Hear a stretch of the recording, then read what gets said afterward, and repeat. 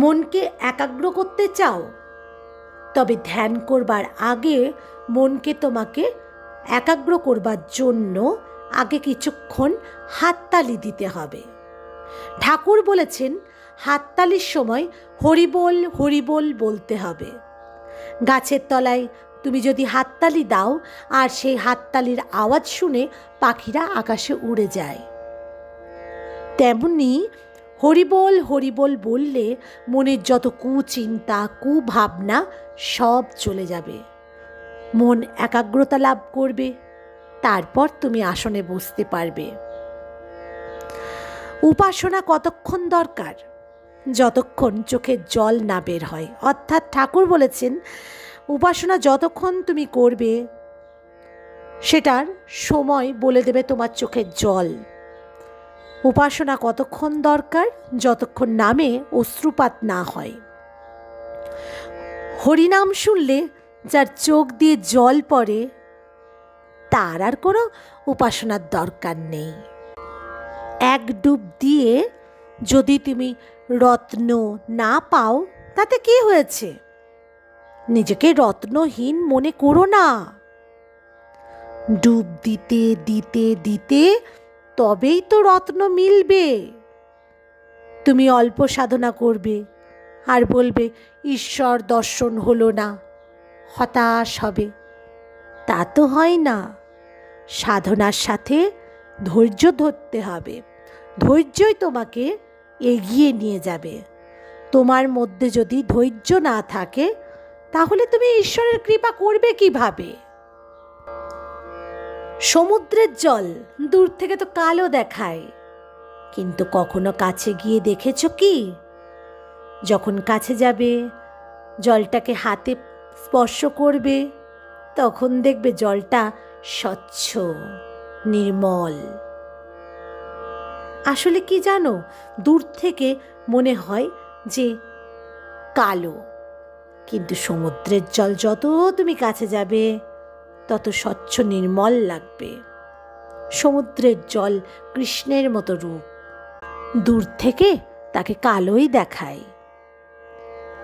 কাঁচা ময়দা গরম ঘিয়ে ফেলে দিলে কল কল করে শব্দ হয়, কিন্তু ময়দা যত ভাজা হবে তখন তার শব্দ ততটাই কমে যাবে। ভাজা হয়ে গেলে আর শব্দ থাকে না। আমাদের যদি অল্প জ্ঞান কোনো মানুষ পায়, সে বক্তৃতা দিতে থাকে, তার মধ্যে এতটাই ভাবভঙ্গি ফুটে ওঠে যে কলকল আওয়াজের মতো, কিন্তু সম্পূর্ণ পুরো জ্ঞান যদি তার হয়ে যায় তখন আর ওই ভাজা ময়দার মতো আর শব্দ থাকে না, আর অতিরিক্ত বক্তৃতা থাকে না। নিজের ভাবভঙ্গির মধ্যে অহংকার ফোটে না। কলসি পূর্ণ হলে, যখন পুকুরের জল আর কলসির জল এক হয়ে যায়, তখন কি আর শব্দ থাকে? যতক্ষণ না কলসি পূর্ণ হয় ততক্ষণই শব্দ থাকে। যে ভগবান পায়নি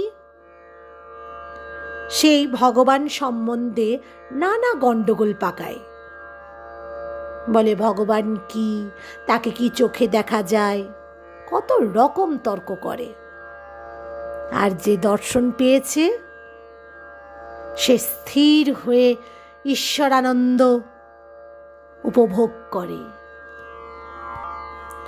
মৌমাছি যতক্ষণ ফুলের চারিদিকে গুনগুন করে ততক্ষণ সে মধু পায় নাই। মধু পেলে আর গুনগুন করে না, চুপ করে মধু পান করে। মানুষ যতক্ষণ ধর্ম নিয়ে কিছুই বুঝতে পারে না ততক্ষণ গণ্ডগোল বাধায়, কিন্তু একবার যদি ধর্মের আস্বাদ পেয়ে যায় তখন চুপ করে যায়। যে জিনিস লাভ করতে চাও সেটাকে সাধনা করো, তা না হলে হবে কি? দুধে মাখন আছে বলে চেঁচালে মাখন বেরোবে? সেই রকম তুমি ঈশ্বর লাভ করতে চাও, তবে সাধনা করো। ঈশ্বর তোমাকে দর্শন দেবেই দেবে। শুধু ঈশ্বর ঈশ্বর বলে গোলমাল করো না, তাহলে কিছুই মিলবে না।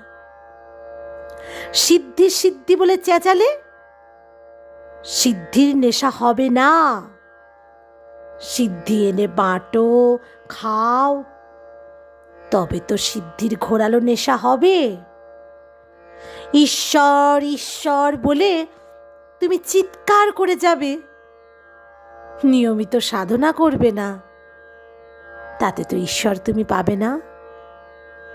মুক্তি হবে কবে?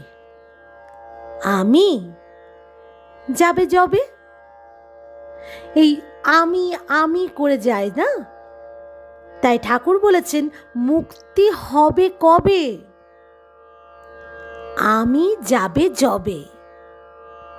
যখন আমিত্ব নষ্ট হবে তখন মুক্ত হবে।